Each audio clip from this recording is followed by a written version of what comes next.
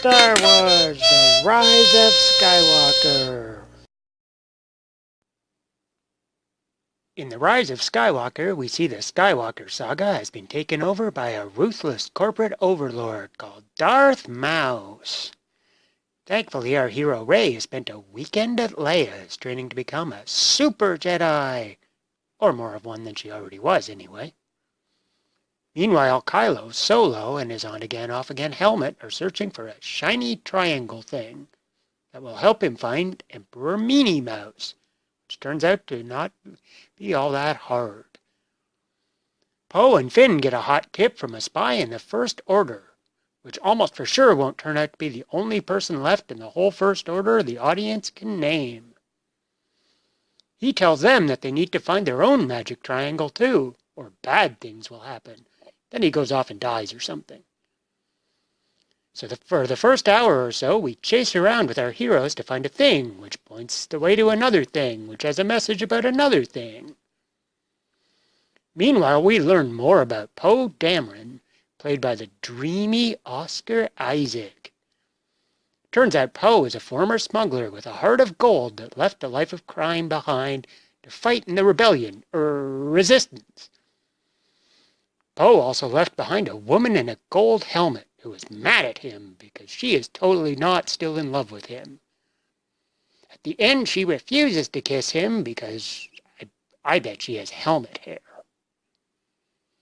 Finn is also in this movie, but I'm not all that sure why. He runs around screaming, "Rey!" a lot. Then he spends 2 minutes talking to another former stormtrooper, who I guess knows Lando or something. Then the two of them ride horses and throw spears at the bad guys in a big finale. Oh, and I guess Finn can use the Force or something. I'm not sure if it made any difference. Chewie is along for the ride, but he gets captured, and Rey decides to pull his spaceship out of the sky because girl power! But mean old Kylo interferes and the ship explodes. But it's okay because Chewie is fine a scene or two later. C-3PO is here too, and he's needed to translate an evil knife. But he's been programmed not to, because JJ likes to rip off Return of the Jedi and stuff. A couple of scenes later, he's been reprogrammed and he's lost his memory for some reason or another. I'm not sure if that matters either. So we're off to Endor, because the Death Star that blew up at the end of Return of the Jedi left largely intact pieces behind. The Emperor's chair didn't even fall over. Rey goes into the closet and sees herself with shark teeth and a flip-open lightsaber, because I guess that's what it would be like if Rey was evil. But uh-oh, Kylo Solo is here, and he wants to fight Rey again, because best 3 out of 5 or something. Rey is struggling to develop some character, so she gets angry and stabs Kylo in the heart. While Leia is trying to get through to him with the power of love. Then Leia falls over because the Force is hard, for most people anyway. Rey heals Kylo with the power of nothing having any consequences. But she's sad anyway, so she steals Kylo's ship and flies to the planet of the Porgs, so Luke Skywalker can phone in another performance from wherever he disappeared to in the last movie. Luke tells Rey that she should give it all a good old college try, and it would be super if she could win one for the Kipper and stuff. And Rey takes Leia's lightsaber, because I guess that's a thing. And Luke pulls his old X-Wing out of the ocean, because Empire Strikes Back and stuff.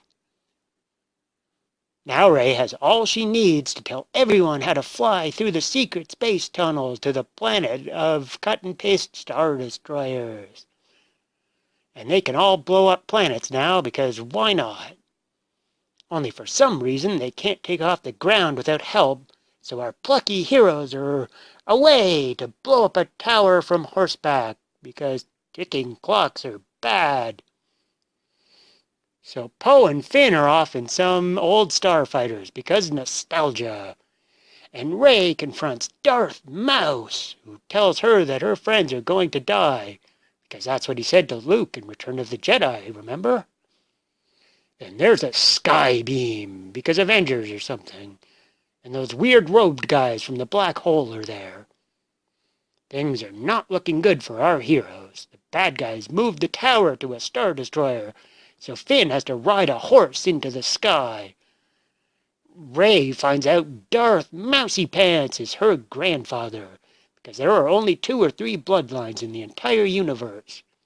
And Poe tells everyone he is sorry for always flying off half-cocked, because he was sure his plan to fight 200 planet-killing Star Destroyers with a few dozen fighters was going to work. But quicker than you can say, pow, pow, zoom! Lando is there with every ship there is, because it takes an hour to get 10 people to agree where to go for lunch, but sure, that many ships can all arrive exactly in formation at all the same time. There are no rules to this universe. Nothing matters anymore. Now Kylo Solo shows up too, and he has to fight the Knights of Ren. But they turn out to just be stormtroopers in orc costumes, so he beats them all with the lightsaber Rey sends him through the power of wishful thinking. Kylo wants to help, but he sucks at stuff, so Darth Mouse throws him into a pit.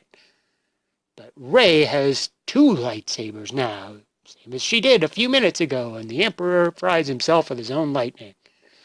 And he's honest to goodness dead this time. Oh, and Rey heard all the voices of the Jedi or something. But Rey has force exhaustion now, and Ben is back, so the 2 can make out. Then he rolls over and goes to sleep and disappears forever. But don't worry, Rey, I'm sure it wasn't you.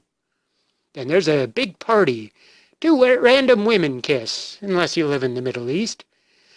C-3PO gets his memory back from R2-D2, and Rey goes to Tatooine to bury Luke and Leia's lightsabers. At the old farm where she tells some random woman that she is the real Skywalker, and I guess that's why this movie is called Rise of Skywalker. This movie is terrible. It isn't even a continuation of the last movie, let alone a continuation of all 9 movies. It doesn't quite hate Star Wars fans as much as The Last Jedi did, but it doesn't understand them either, so it just takes the name Star Wars and gives them things that are kind of like things they've seen before. The Emperor's return is barely explained and exists only to give Rey a victory she had never earned. Otherwise, people just kind of die and come back, or they die and no one cares. There's too much going on, but none of it is interesting. The new characters serve no purpose to the story at all. John Williams puts out good music, but has no real memorable themes. The special effects are good, but there's not much we haven't even seen before. All the ship designs are 40 years old at this point. There's nothing new. I give this movie a 3 out of 10. Now J.J. Abrams is free to make more bad DC movies or whatever. Katpyrson, away!